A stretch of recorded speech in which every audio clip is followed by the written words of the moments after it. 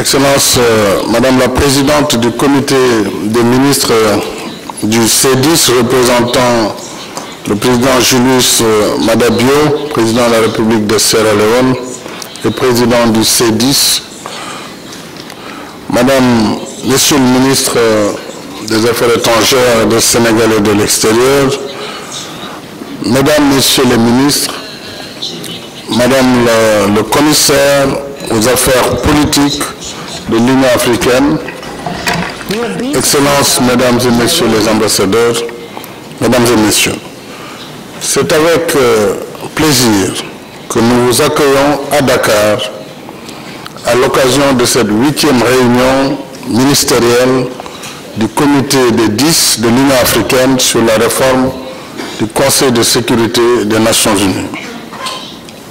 Vous êtes chez vous. Je voudrais donc vous souhaiter la bienvenue et un agréable séjour au Sénégal.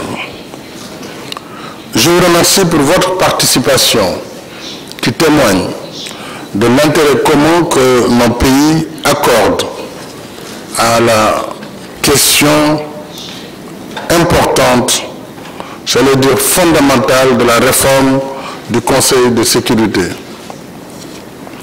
Je remercie également mon frère le président Julius Maada Bio de la République de Sierra Leone pour le temps et les efforts qu'il consacre à la coordination du comité.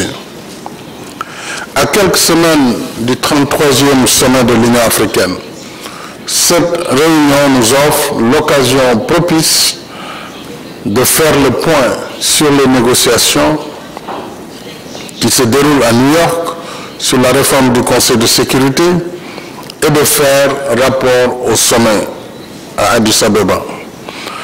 Vous aurez ainsi, Mesdames et Messieurs les ministres, l'opportunité d'échanger avec nos représentants permanents auprès des Nations Unies sur le chemin parcouru, les difficultés rencontrées, les enjeux du moment et surtout les perspectives à venir. Ce sont là des variables communes à tout processus de négociation. Il reste, s'agissant de notre continent, une constante majeure qui constitue notre repère. C'est la position africaine commune formulée dans le consensus d'Isilweni. Consensus par lequel l'Afrique réclame 2 sièges de membres permanents avec droit de veto et 2 sièges additionnels non permanents pour toute nouvelle configuration du Conseil de sécurité. Il n'est pas superflu de revenir ici sur la légitimité de cette revendication. Vous l'avez rappelé, Madame, à la naissance des Nations Unies en 1945, nos États, comme beaucoup d'autres, étaient encore sous domination coloniale. Leurs droits et intérêts ne pouvaient donc être convenablement pris en charge. Aujourd'hui, l'Afrique compte le plus grand nombre d'adhérents aux Nations Unies, avec 54 États membres. De plus, les questions africaines occupent l'essentiel de l'agenda du Conseil de sécurité. Or, on ne peut pas régler des problèmes africains sans les Africains. La situation en Libye en est une parfaite illustration. C'est pourquoi, sur ce cas particulier, l'Union africaine n'a de cesse de réclamer la nomination d'un envoyé spécial conjoint ONU-Union africaine pour aider au règlement de la crise libyenne. En outre, une représentation plus équitable au Conseil lui donnerait un surcroît d'autorité et de légitimité en tant que garant du système de sécurité collective. Il est donc juste et légitime de rendre le Conseil de sécurité des Nations Unies plus inclusif dans sa composition et plus démocratique dans son fonctionnement pour une meilleure gouvernance mondiale. Voilà, pour le rappel, les enjeux de la réforme pour l'Afrique. Ils sont de taille et c'est tout le sens du consensus d'Iselweni. Ce consensus, faut-il le rappeler, a été formulé par le sommet de l'Union africaine, qui est donc la seule instance habilitée à le modifier. D'où la nécessité pour le C10 de poursuivre son mandat en veillant à la solidarité, à la cohésion et à la discipline de groupe.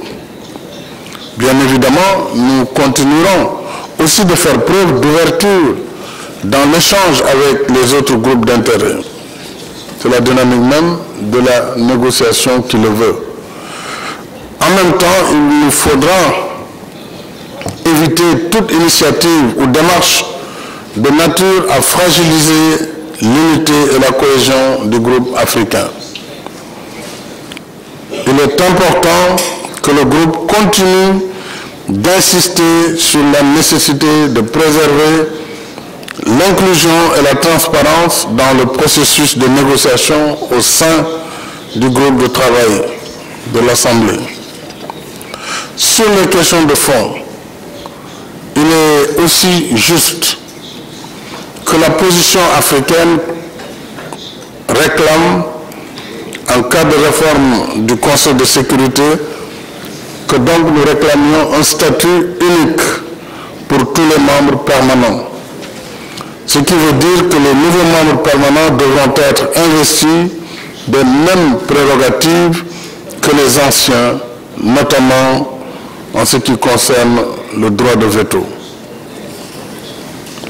Autrement, l'approche dite intermédiaire ou transitoire conduirait à une composition hybride du Conseil, entre membres permanents dotés du droit de veto, membres permanents sans droit de veto et membres non permanents également dépourvus de ce droit. Ceci donnerait une image quelque peu désordonnée du Conseil.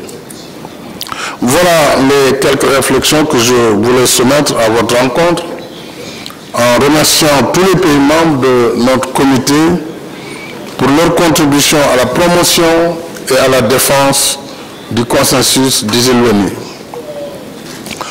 Au nom du président du comité et de mes collègues des pays membres, je vous exhorte à garder le même élan de solidarité et de cohésion dans les négociations à venir. Je déclare maintenant ouverte la réunion ministérielle du comité des 10 de l'Union africaine sur la réforme du Conseil de sécurité. Vous présente mes meilleurs vœux pour l'année 2020 et souhaite plein succès à vos travaux. Je vous remercie de votre attention.